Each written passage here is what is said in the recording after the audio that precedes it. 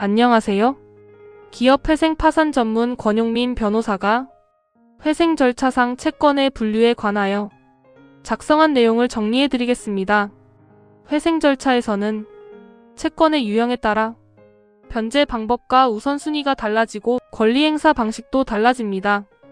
회생 절차에서는 자신의 채권이 어떤 성질을 가지는지 정확히 구별하는 것이 중요합니다.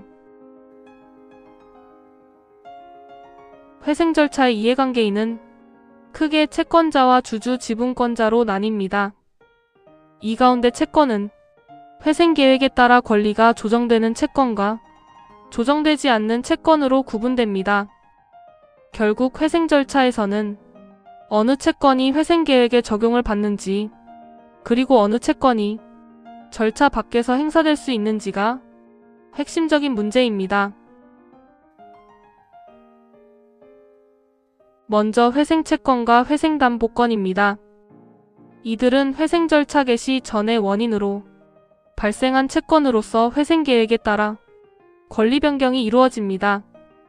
담보가 있으면 회생담보권, 담보가 없으면 회생채권으로 분류됩니다. 또한 이들 채권은 모두 회생 계획의 조정 대상이 되지만 공정 형평의 원칙과 권리의 우선순위에 따라 변제 조건은 서로 다르게 정해집니다. 즉 채권의 법적 성질에 따라 변제율과 변제 시기에도 차이가 생기게 됩니다. 반면 공익채권은 회생 절차 개시 결정 이후 새로운 거래 관계에서 발생한 채권입니다. 공익채권은 회생 계획의 조정 대상이 아니고 회생 계획에 의하지 아니하고 절차 중에도 수시로 변제될 수 있는 특별한 지위를 가집니다.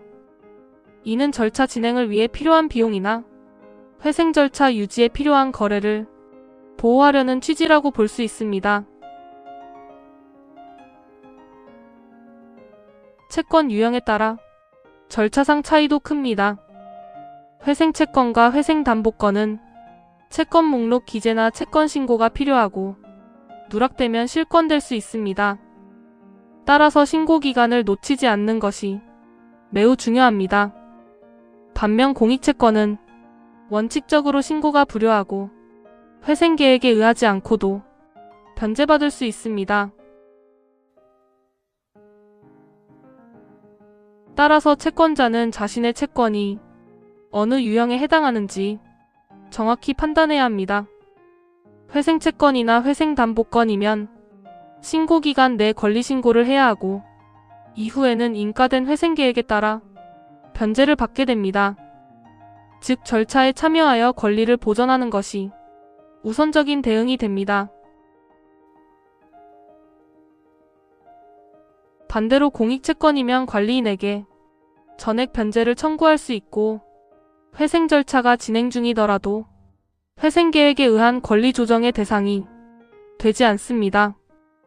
따라서 회생채권과 달리 개별적 권리 행사가 가능하고 경우에 따라서는 가압류나 강제 집행도 허용됩니다.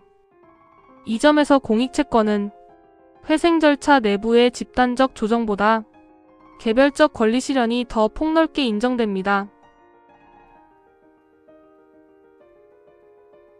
대법원도 같은 취지입니다. 공익채권을 회생채권으로 신고하여 회생채권자표 등에 기재하더라도 그 성질이 회생채권으로 바뀌는 것은 아니라고 보았습니다. 또한 그러한 신고만으로 공익채권자로서의 지위를 포기한 것으로도 볼 수 없다고 하였습니다. 즉 형식보다 채권의 실질적 성질이 더 중요하다는 취지입니다. 정리하면 회생채권과 회생담보권은 회생계획에 따라 권리가 조정되지만 공익채권은 회생계획의 영향을 받지 않습니다. 또한 강제집행 가능 여부, 변제 방식, 변제율과 우선순위에서도 채권 유형별 차이가 존재합니다. 따라서 같은 금전채권이라도 회생 절차상 취급은 동일하지 않습니다. 특히 공익채권과 조세채권의 규모는 채무자의 자금 수지와 회생 계획의 수행 가능성에 직접 영향을 미칩니다. 실무에서는 각 채권의 법적 성질과 변제 구조를 정확히 파악하여 현실적인 회생 계획을 설계하는 것이 중요합니다. 지금까지 기업 회생 파산 전문 권용민 변호사가 작성한 회생 절차상 채권의 분류에 관한 내용을 정리해드렸습니다. 좋은 하루 보내세요.